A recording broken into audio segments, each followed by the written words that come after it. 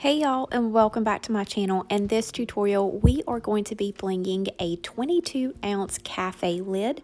This is also a true 22 from the Steel Magnolia, and you can purchase these lids separately, which I love, so I can send the customers their tumbler with a regular lid as well as this awesome bling lid to switch out as they please.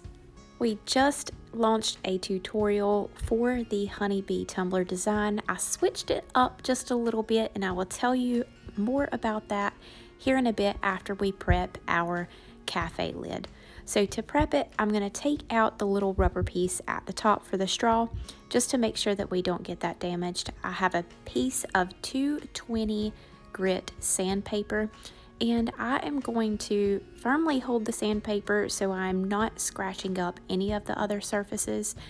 Go around that little outer rim along the edge, and then very carefully sand the top of the lid. There's a little ridge in between the lid and that edge that pokes out on the side. It's the best way I can say it. And I'm trying to avoid sanding it because I'm not going to put rhinestones there, and I want it to be still glossy and pretty. Once you finish sanding, you can run it under some water and get it nice and dry, or just take a damp cloth or some alcohol and spritz over it and clean that off so you're not leaving any of that debris behind from sanding. The rhinestones that we are using are near a perfect match for the Chanel glitter that we used. All of these items are from PDB Creative Studio, and I am using rhinestone sizes SS20, SS16, SS10, and 6. She also does have size 4, and that would have been helpful. However, we was able to accomplish this lid without using those teeny tiny stones, and I will show you how we did that here in just a bit. I just poured a bit of each of those rhinestones onto my tray to make a nice little mix of those sizes, and then shook the tray so most of them would face up and be easy to pick up. These rhinestone trays are a absolute game changer. If you don't have one, you will struggle with facing those rhinestones up whenever you are picking them up to put them onto your either tumblers or your lid, and it will take a lot longer. Now, the edge of the lid can be the first or the last thing that you do. It really doesn't matter what order that you do this one in. I just always do it first, allow it to dry, and then I go into my other steps. So we are taking the SS16 and running them around the lid. The SS16 fits perfectly around this little lip that is on the side, and I'm putting enough glue on here to make sure that I cover up any scuff marks from the sandpaper, so it is glossy in the areas that you can see the tiny little bit of the plastic poking through. So make sure that you do get all of your little scuff marks from the sandpaper covered, and press gently on the stones. You don't want to smush all the glue out from under them to where it puddles up, but you want enough underneath to give really good adhesion. And if you feel like you have too much glue on there, like if there's a lot that is sort of puddling out from underneath your rhinestones when you press them down, then just remove those rhinestones, clean off the excess glue, and then just use a little bit less next go round. My liquid fusion and rhinestone tool is also from PDB Creative Studio. I'm using just a little bit of this liquid fusion at a time because I do not want it to dry up as I am placing my rhinestones. Once I finished around that bottom side, I did sit it down and allow it to dry for about 30 minutes before moving into my next step.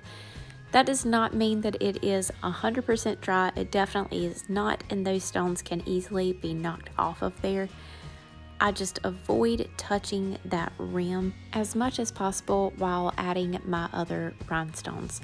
Now for this step, I'm going to take Perseus. I think I said that right. It is a beautiful gold holographic mix, very similar to the Chanel that we used for our primary glitter on our peekaboo, and I'm going to mix that into my liquid fusion.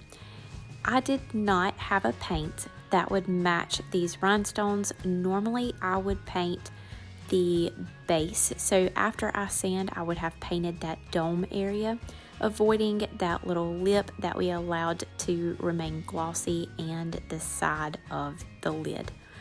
However, since I did not have the SS4, which are the teeny tiny rhinestones that you can use as fillers, or a paint that matched, I mixed in a little bit of this fine mix, and it's going to help me fill in those areas that you would see some of the lid poking through.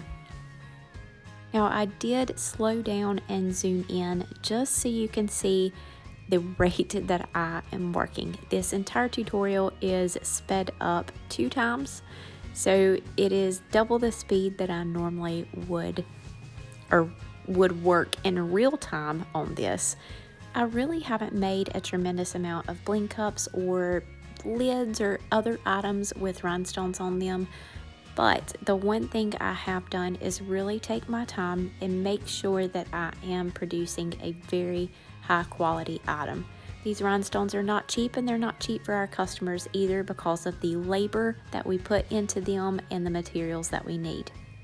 So if you decide to work on a rhinestone project, or maybe you have and you are just a little frustrated with how they come out, then just make sure that you are slowing down, you're taking your time, you're filling in all of those areas and minimizing leaving any negative space that you can.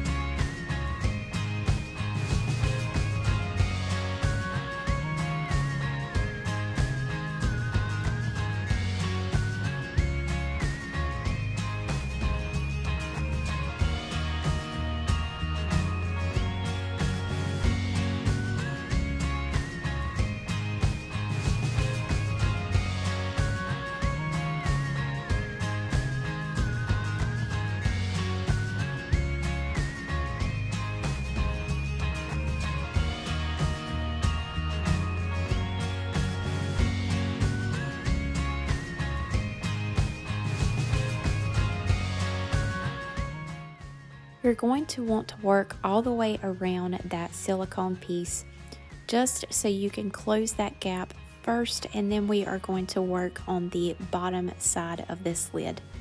You can move straight in to working on this bottom portion. So to keep my glue from drying up, I just cut the top of my mixing cup and then sat another mixing cup on top of it.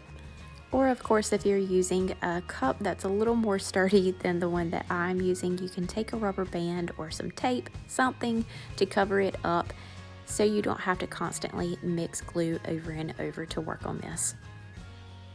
Now the concept is pretty much the same on filling in these areas around the edge as the top around that silicone piece. We just want to fill it in so we are not struggling to find stones to fit at the top and the bottom around those, either the rim or that silicone piece. You don't have to work up as far as I am. The goal here is to get stones all the way around that bottom portion. But for me, I work in areas about 1/2 inch to 1 inch, just so I have more coverage and less to fill in the center when I get to that point. And you'll notice that I'm using mainly SS20 and 16 around the bottom and the top. And I'm doing that because we don't have any small spaces to fill, so why not use the larger stones?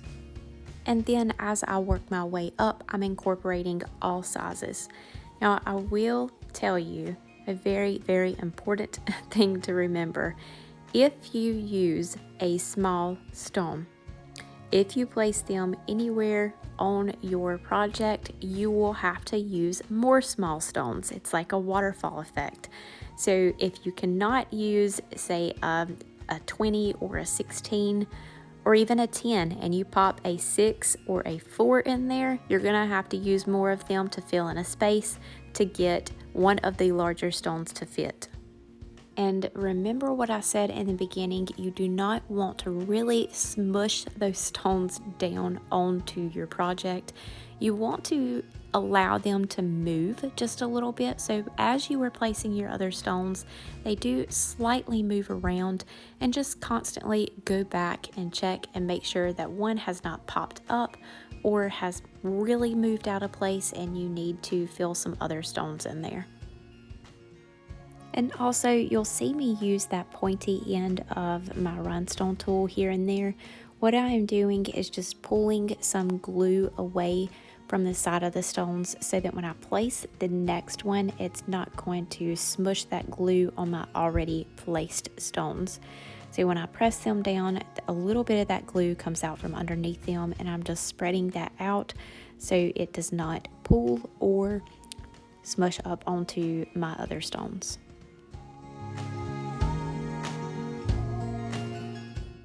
Now, I did tell you in the beginning that I was going to explain how this tumbler is a little bit differently than the one that we did in our prior tutorial. If you haven't watched the tutorial on this tumbler, go watch it and you will understand what I'm explaining to you. I only did 2 things differently for this design since it is a tapered tumbler and I have no way of tapering my design or curving it in my Cricut program. I only cut 2 of those honeycomb files out at about 4.5 or 5 inches apiece, placed them on the opposite sides of each other on the tumbler, and then I cut a drip which I found on Creative Fabrica. I'll link that down below for y'all. The total circumference of the cup is the length that I cut it, and then I just hand place that around the top without any transfer tape so I can curve it myself around that tapered top. And everything else was the same. So once we have finished our around the silicone piece and around the bottom, we are going to fill in those stones in the center. This is the most tedious part, I feel, aside from placing the last stones. And all we're going to do is work in small sections, fill those spots in, and work our way all the way around the lid.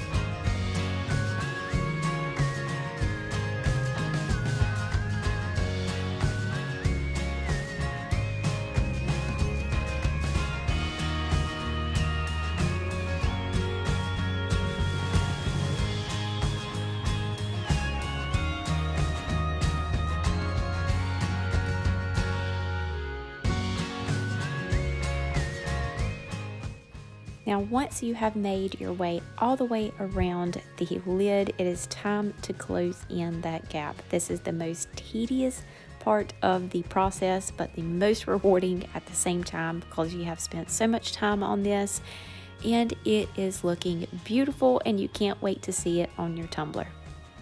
Be very careful in how you place these last few stones because you do want to have room to add those last few in without having to use just a cluster of the filler stones.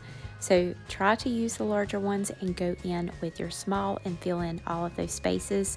You want it to look like the rest of your tumbler or your lid, whatever project you're working on, so be sure to use the same mixture of stones that you were using all around your tumbler or lid, so it doesn't look like you sort of patched a spot and stand out. And as you can see, I placed a couple of stones and then had to remove them because they didn't quite fit in that spot, and I couldn't move any other stones around to make them fit. So just have some patience, take your time, and you will finish it.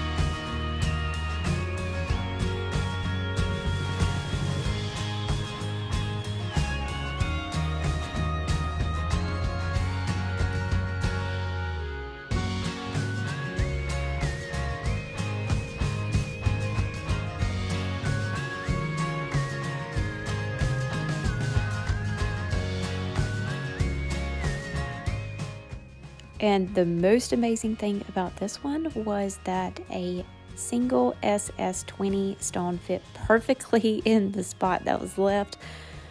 Whew, and it was done.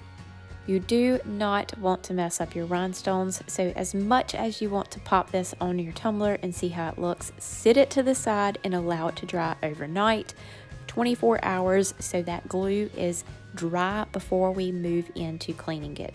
You touch these stones, they have glue on them, so you want to scrub all of that yuck off to bring back that beautiful shine. So I'm taking just a nail brush that I got from Amazon, a little drop of Dawn, and as you can see, I am really scrubbing this. I want to make sure that all of my stones are placed, and I also want to make sure that they are durable and they're not going to come off when my customer is turning this on and off of their tumbler. And before you scrub all of that yuck off, you really will not realize how much is actually on there until you can compare a side-by-side of the before and after cleaning. So definitely make sure that you get this nice and clean. Allow it to air dry or dab that off with a paper towel. And I noticed that there was sun coming straight in my window in my kitchen, so I wanted to see how these stones looked in the sunlight. And of course, I just stood there and played with it like a kid with a disco ball for a couple of minutes. But here is the final result. I feel like this lid just add the perfect extra touch to this tumbler, and it is absolutely beautiful. Everything matches perfectly. There's a little bit more of a yellow tint to the sunshine rhinestones, but that is okay because depending on the sunlight that you're in, it either matches the glitter or it matches the honeybees on the tumbler.